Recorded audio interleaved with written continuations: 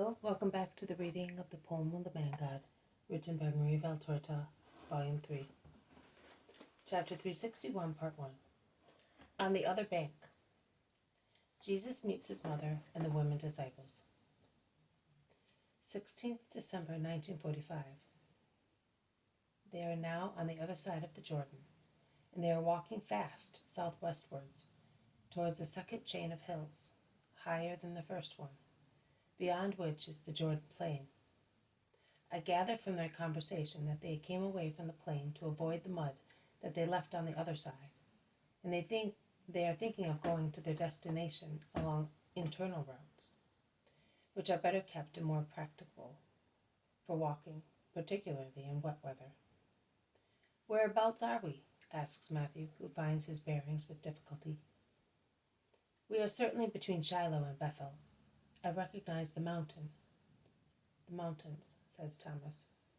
We passed here not long ago with Judas, who was the guest of a Pharisee at Bethel. You could have been his guest too, but you would not come. Neither he nor I said to you, do not come. I'm not saying that you did say so. I'm only saying that I preferred to stay with the disciples who were evangelizing here. And the argument is over. Andrew, in fact, is glad and says, if there are friendly Pharisees in Bethel, we shall not be attacked. But we are going in the other direction, not to Jerusalem, they point out to him. We shall have to go there for Passover in any case. I don't know how we shall manage. Of course. Why did he say that he is going back to Cana? The women could have come back and we could have made our pilgrimage. It is my wife's destiny that she should not spend Passover in Jerusalem, exclaims Peter. John asks Jesus, who is talking animatedly to the zealot, Master, how shall we manage to go and come back in time? I do not know. I trust in God. If we are late, it will not be my fault. You are right in being prudent, says the zealot. Oh, as far as I am concerned, I would have gone on, because it is not yet my hour. I can feel that. But how would you all have put up with the adventure, considering that for some time you have been so tired? Master, you are right. A demon seems to have been blowing poison among us. We have changed so much. Man does get tired. He wants things quickly, and he dreams of silly things.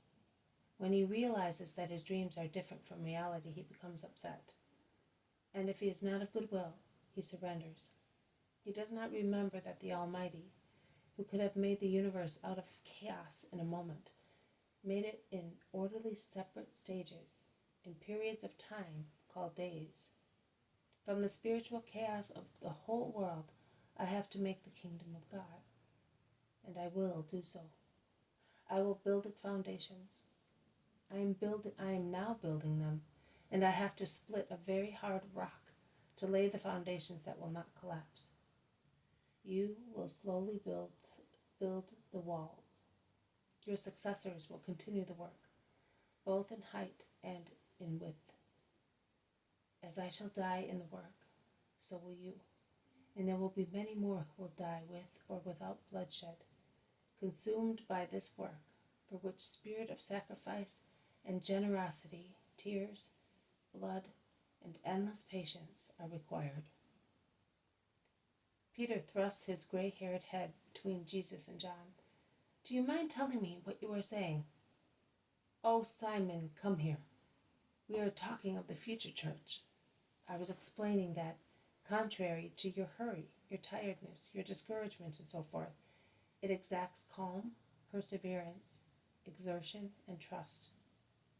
I was saying that the sacrifice of each of its members is required. Starting with me, the founder, I am, in fact, its mystical head. For you, for all the disciples, for all those who will be called Christians and will belong to the universal church. And really, in the great classification of the hierarchy, the most humble people who seem to be simple numbers will be the ones who will make the church truly vital. In actual fact, I will often have to seek refuge in them, to continue to keep alive the faith, and the strength of the continuously renewed apostolic colleges, and I will have to allow those apostles to be tortured by Satan and by envious, proud, incredulous men, and their moral martyrdom will not be less painful than a material one, as they will find themselves between the active will of God and the wicked will of man, who will act as an instrument of Satan and by every means and effort will endeavor to make them appear as mendacious, mad, possessed persons in order to paralyze my work in them and the fruits of my work, which are as many victorious blows against the beast. And will they resist? They will resist, even if I am not physically with them. They will have to believe not only that what is their duty to believe, but also in their secret mission.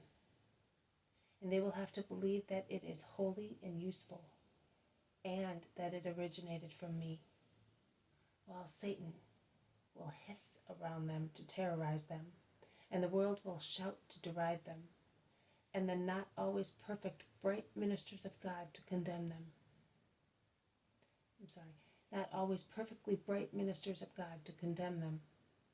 That is the destiny of my future voices. And yet, I will have no other means to rouse men and bring them back to the gospel and to the Christ. But for everything I have asked of them and imposed on them and received from them, I will grant them eternal joy, a special glory in heaven. There is a closed book. God only can read it. All the truth is contained in it. But God at times removes the seals and revives the truth already revealed to men, selecting a man chosen for that destiny to know past, present, and future as contained in that mysterious book.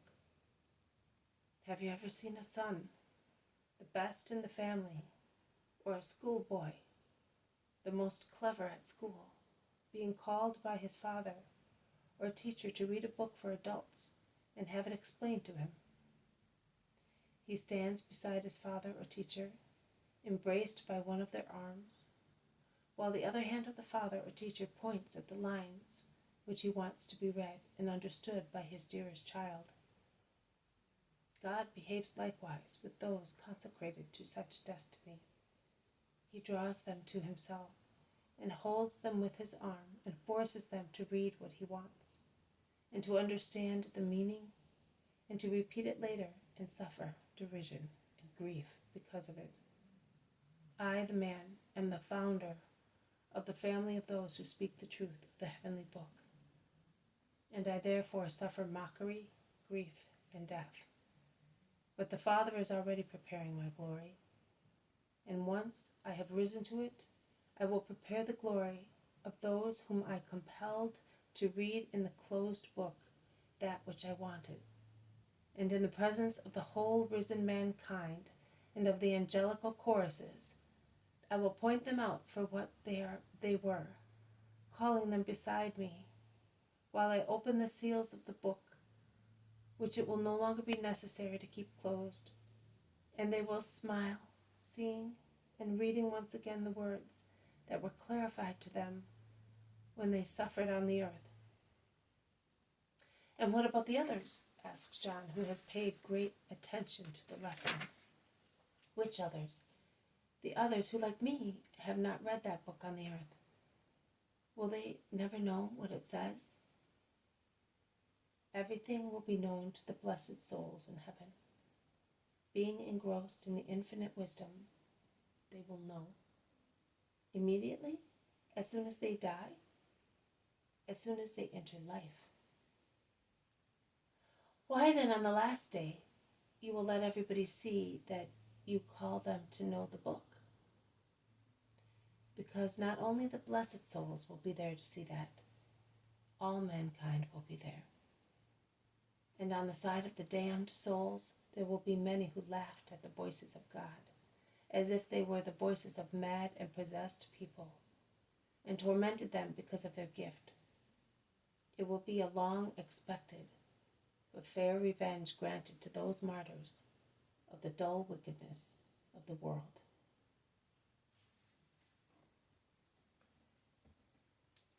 This has been a reading from the poem of the Man God, written by Maria Valtorta, Volume 3, Chapter 361, Part 1, On the Other Bank. Jesus meets his mother and the women disciples. Thank you for listening. I will see you tomorrow. May God bless you, and may peace be with you.